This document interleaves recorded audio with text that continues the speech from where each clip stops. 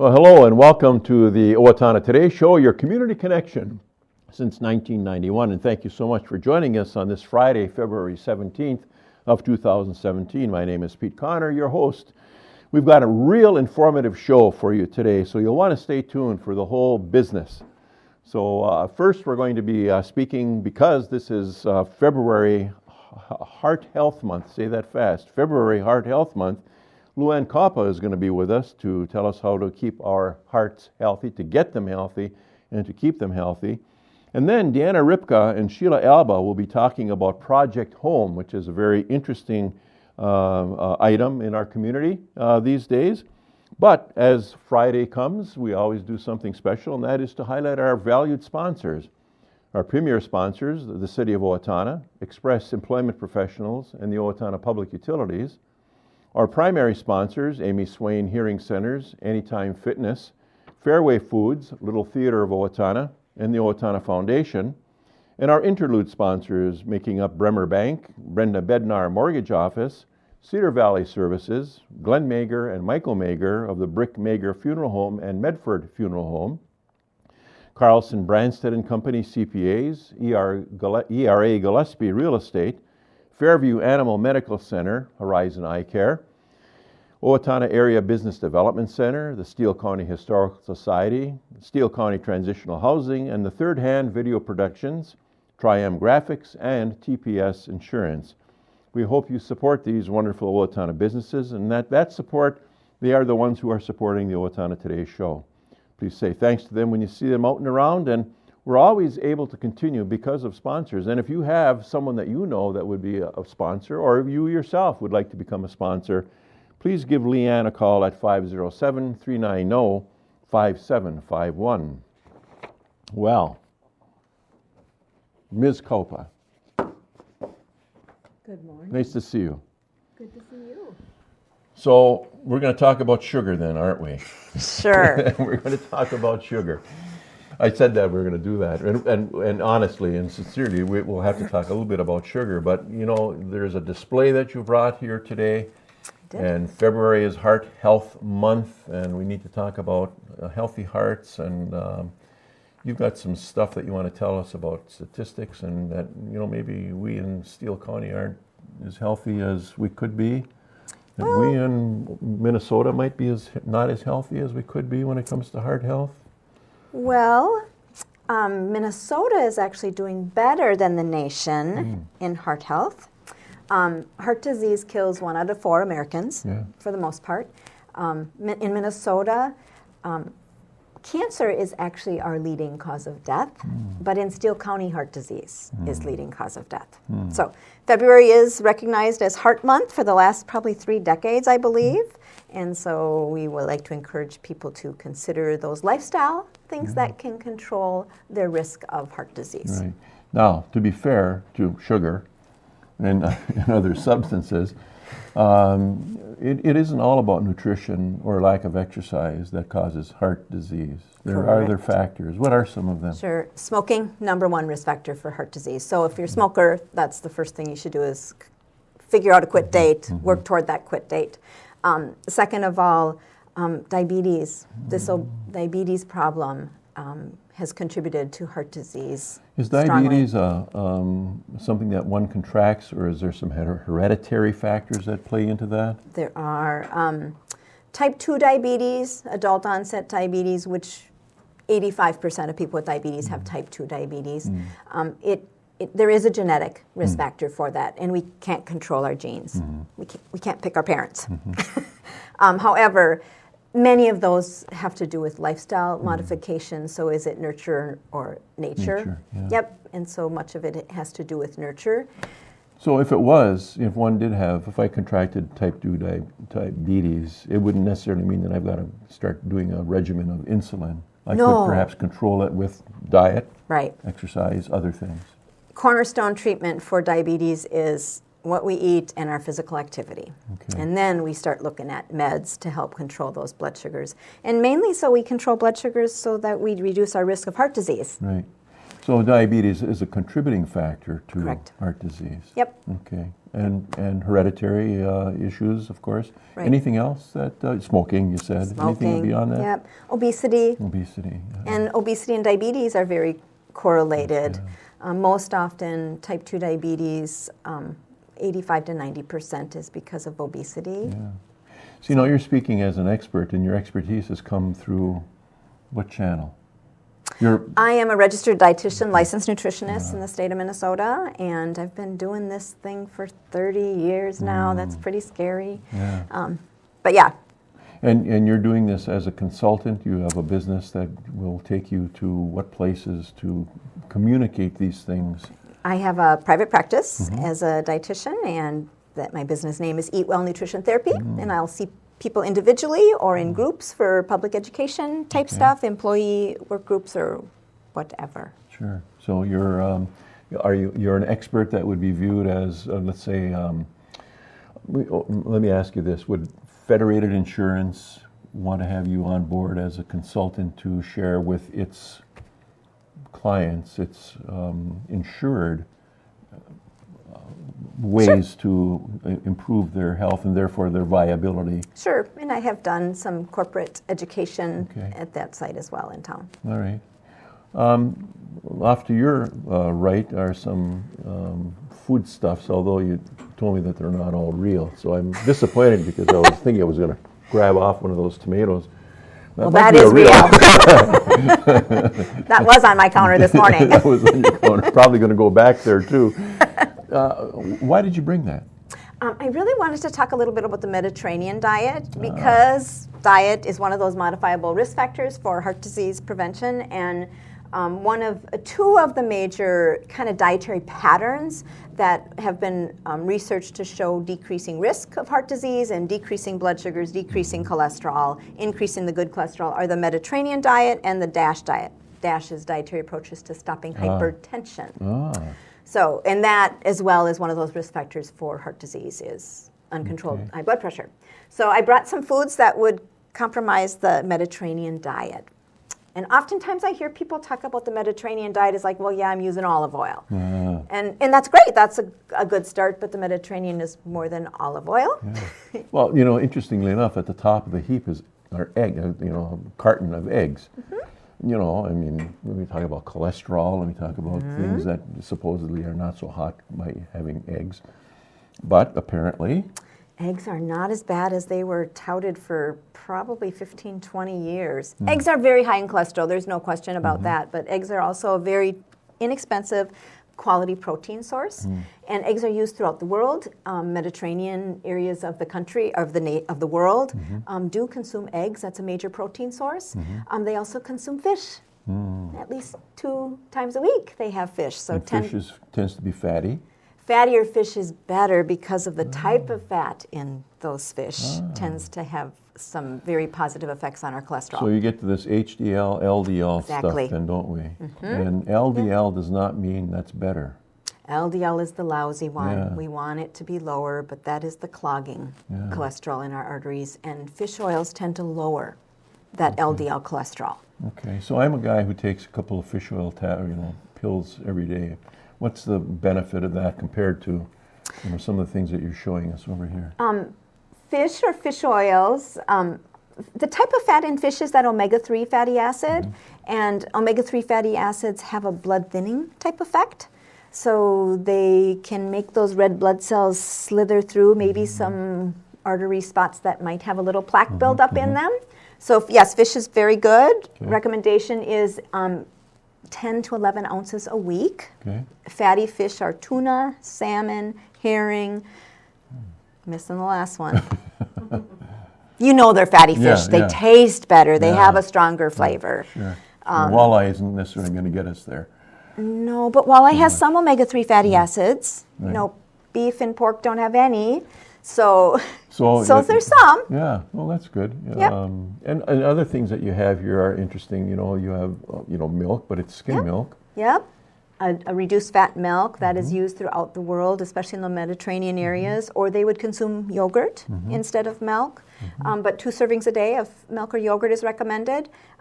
Legumes, so your beans, 3 to 4 times a week. Beans or nuts combined, so almonds, sunflower seeds, whatever kind of nuts, but beans. But in the Mediterranean, that's typically what is consumed as a high-quality protein source, good whole grain, lots of fiber in there, and great sources of potassium and magnesium. So, but otherwise, 8 to 10 servings of fruits and vegetables a day. Wow. I know that sounds like a lot. I know it does. However, we're talking about, a half a cup is a serving of a cooked vegetable. So it's not as much as we think. If you have a couple servings of vegetables at lunch, a couple servings at dinner, you have a serving of fruit 3 or 4 times a day, including a snack. There you go. I'm going to be munching all the time. You are kind of munching all the time when you're eating fruits and vegetables. So I suppose, but it's not the worst kind of munching then. No, calorically it's so minimal. Yeah. An orange has 60 calories. Whoopee. Right. and the chocolate bar can stay where it is. Right. Okay, I kind of kicked around sugar earlier, and you said, I like it too. Yeah, okay. So you're the expert that's saying you like sugar, and that's, someone's going to turn off the television and say, well, see, nothing wrong with sugar. However, recommendations are that about 10% of our calories should come from sugar. In, give or take a few grams a day. But in the American diet tends to be a lot higher than that, mainly because the processed foods and all of the sugar that is contained in processed foods. So a package that stays on your shelf in the grocery store for long periods of time is bound to have some kind of added sugar or sugar source to it or sweetener. That's where many hidden sugars are come from. However, our our sugar-sweetened beverage intake, Americans in general, about 20% of their grocery cart is sugary beverages of some sort or another. So cutting back on that would be really helpful, and that's important for our diabetes management as well, or control, or potentially prevention. In the time we've got remaining, what are some headlines that maybe we haven't talked on that you want to get across before we finish today? February is Heart Month. Physical activity. The weather's getting nicer. Get out. Our city has great trail systems that they keep clean. So get out and walk. If you have a fat tire bike. I know when I'm in the park, Kaplan's Woods, I see fat tires when I'm out there. And I'm a cross-country skier, so I kind of lament the loss of snow. But I'll walk instead, I guess. So yes, get out and exercise. Really work toward little steps at controlling your food intake and increasing those intakes of fruit and vegetables. And you are available for consult in the event that someone would like to know more. They can contact you. I think we have numbers on the screen for you and your organization. Yes. So that's great, and thanks for all of that. Always not enough time to take care of everything that we really want to get after, but thanks so much for being here, and best wishes. See you on the trail or someplace. That's right. Always good to visit. Great. Thanks. Thanks. Okay, and thanks for staying with us, and we're going to now take a quick break for some messages and come back with our next guest, Deanna and Sheila. Hi, I'm Jody Voisin with the staff at Fairview Animal Medical Center, your other family doctor. Fairview Animal Medical Center is a proud supporter of the Owatonna Today Show.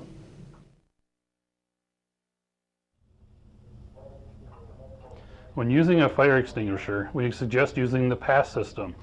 Pull the pin at the top of the extinguisher that keeps the handle from being accidentally pressed. Aim the nozzle toward the base of the fire.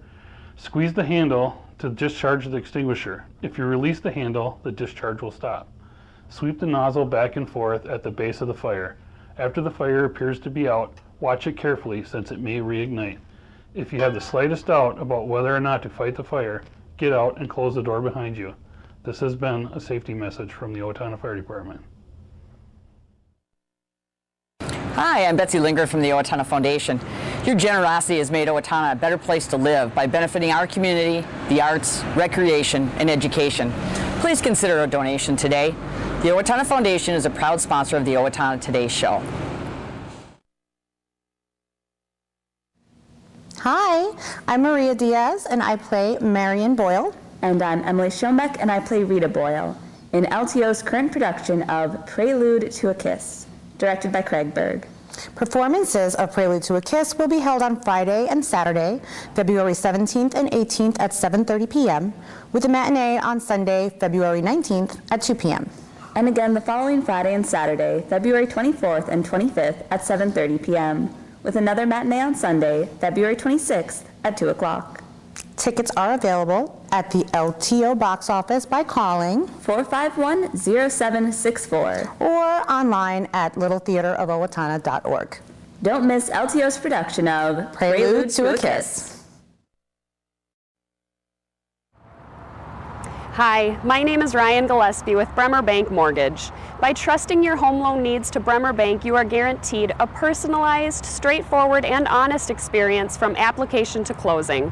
We look forward to guiding you through your next home purchase or refinance. I didn't just want another job, I wanted a career, so I expressed myself.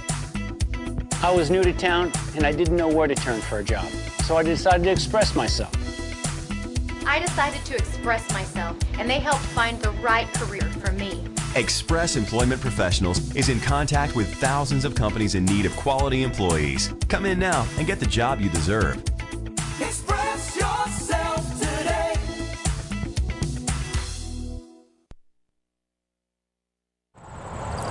Since 1988, the Owatonna Area Business Development Center has been the part of the success of many area businesses.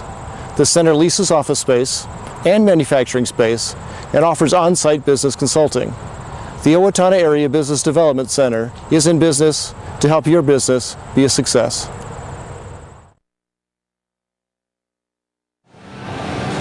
Hi, I'm Tim Anderson, the owner of Anytime Fitness, where we make getting healthy affordable and convenient. Anytime Fitness is a proud sponsor of the Owatonna Today Show. I'm Dan Branstead of Carlson Branstead & Company, Certified Public Accountants. We support the Owatonna Today Show.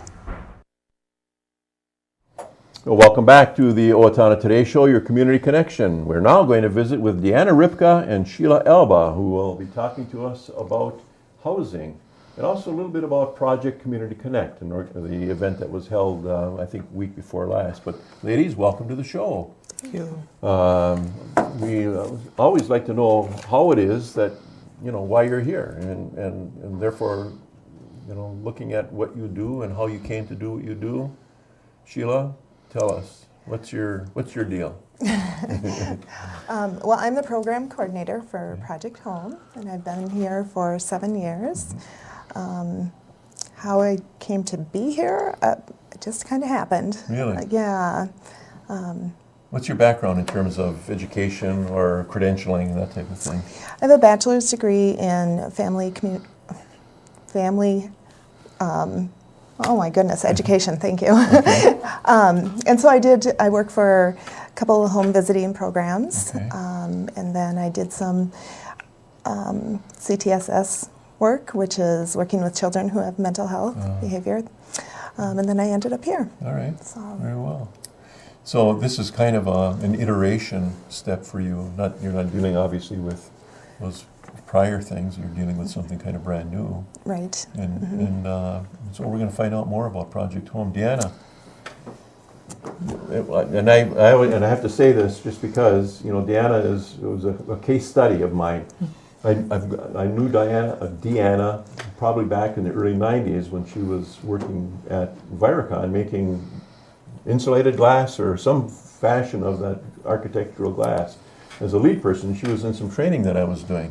And now she sits at the table with a degree in social work. Social work. She's a licensed social worker and a part of the Project Home program. Welcome. Thank you. Yeah. How does it feel to be doing this compared to, and I shouldn't say there's a comparison, but because it was good work that you were doing here at Viricon, but it's an iteration, transition that you've made. How does it feel to be doing this today? It feels very good. I get a lot of fulfillment out of doing this kind of work. So I miss my friends at Viricon, though, of course, but yeah. So have you, in terms of your work with the South Central Human Relations Center, have you always been involved in the housing side of things, or is this another step in your progression as well, such as with what Sheila said? When I left Viricon, I left for this position back in this will be going on my fourth year now with Project Home. But I also work at the Exchange Club Center for Family Unity, and I do parent mentoring, and I'm a co-facilitator for the dialectical behavior therapy program as well. It's a mouthful. Dialectical, yeah, good. Let's find out about Project Home. It's how it was started and how it's how it's come to be. What prompted a human relations center to become involved in a housing program?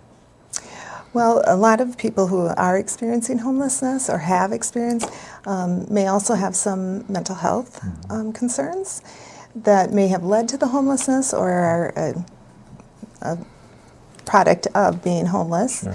And because South Central Human Relations Center is an outpatient mental health clinic, they thought we would be a good fit to connect with them. Okay. So we bring homelessness into, which is endemic. Certainly it is in Owatonna. A lot of people may not know, may not have an impression of homelessness. But as I said before the show, I've got a vested interest in that group of people with a hospitality house, and we always say we want to end homelessness. And I like to be an optimist, but also a realist. I don't know. It just seems like it just keeps on going. And what you're doing then to stem that, at least to get people into independent living, what is it that you do with your clients? Well, we help them find housing and help them maintain their housing. Okay. We do case management, meaning we connect them to services, and we have what we call sticky services, so we can be with our participants for a long time and continue to help them stabilize into independent living again. Okay. So your staff, Deanna, you're cross working with people at HRC. It was perhaps cross-referencing, or at least you're working. Maybe you have, when you talk about case management, maybe there's some other people who are involved with an individual besides yourself. Correct. Okay. And what is happening? What happens with that? What do they do with your client? Some of our clients might be involved with different. They might be a client of the dialectical behavior therapy group, so they're seeking therapy in that way, or they might be a part of the dual recovery program.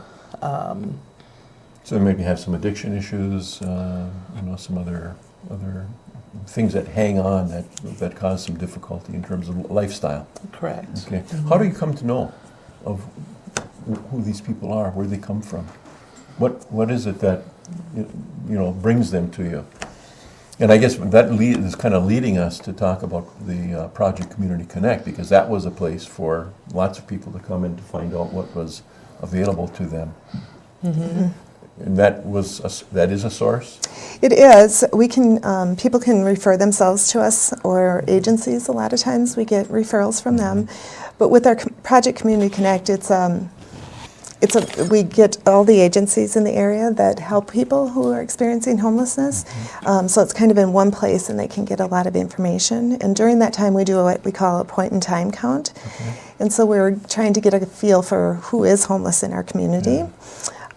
So during our event, we did 117 intakes that day, and of those, we counted 4 people who are literally homeless, meaning that they're living in somewhere that is not meant for human habitation. And so from that, we go into, we are HUD mandated to do what we call coordinated entry.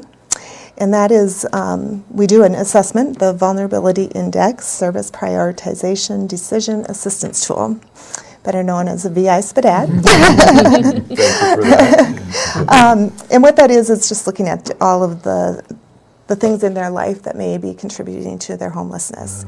It gets them put onto a priority list that other agencies in the area have access to, and when there's opening or funding, we can take them off that list and help them. Are people out of your program going into apartments, homes, communal living of any kind? What is it that they ultimately, what are the avenues that they might take? We do scattered site housing, so it's private landlords that we work with. They assist us with finding housing for themselves, and then we are just kind of there to help with that whole process and building relationships with the landlords. Assisting the clients with building those relationships. Sure. We work out of Waseca, Steele, Dodge, Freeborn, and Rice. Wow. And so you've got quite a clientele then. Yeah. It's kind of breathless. Like you just feel that, there's this, thing that, wow, when you talk about uninhabitable places, I mean, that's we could do this another show, but, and now we have no time left. We've got to move on, but for the brief synopsis, I think it's important for our viewers to know, that you are here, you're doing what you're doing, and it's so it's vitally important. The human dignity issue is so important. And we all have to appreciate what it is that you're doing, and thank you. Thanks for that, and thanks for being here to help us have a little better understanding of what it is that we are seeing in that arena. Best wishes. Continue best wishes. Thank you. We're going to be right back after some messages, so please stay tuned. Cedar Valley Services, located at the corner of Rose and Grove in Owatonna, provides an array of services for people with disabilities in Steele County. CVS thanks the entire community, especially our business customers, for supporting us in Owatonna for 43 years. Thank you from CVS. Okay.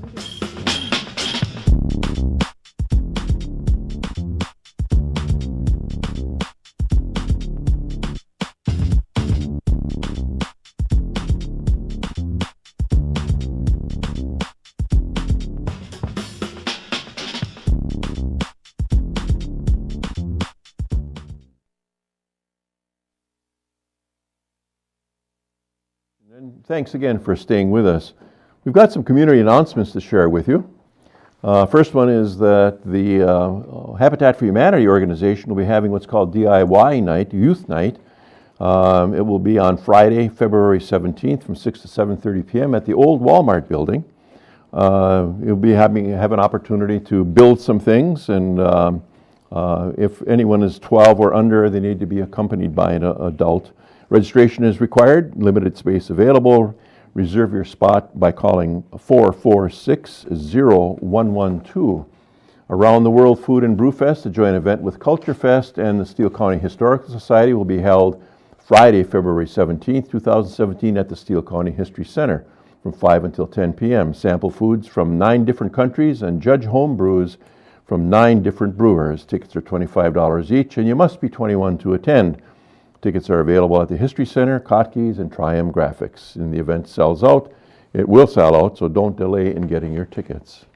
Well, that'll do it for our show today. Please tune in next Monday when we'll talk about From the Heart Half Marathon and learn more about the upcoming Owatonna Business Women's Woman of the Year Achievement event. I hope that you will stay well and hope also that you'll have a great weekend.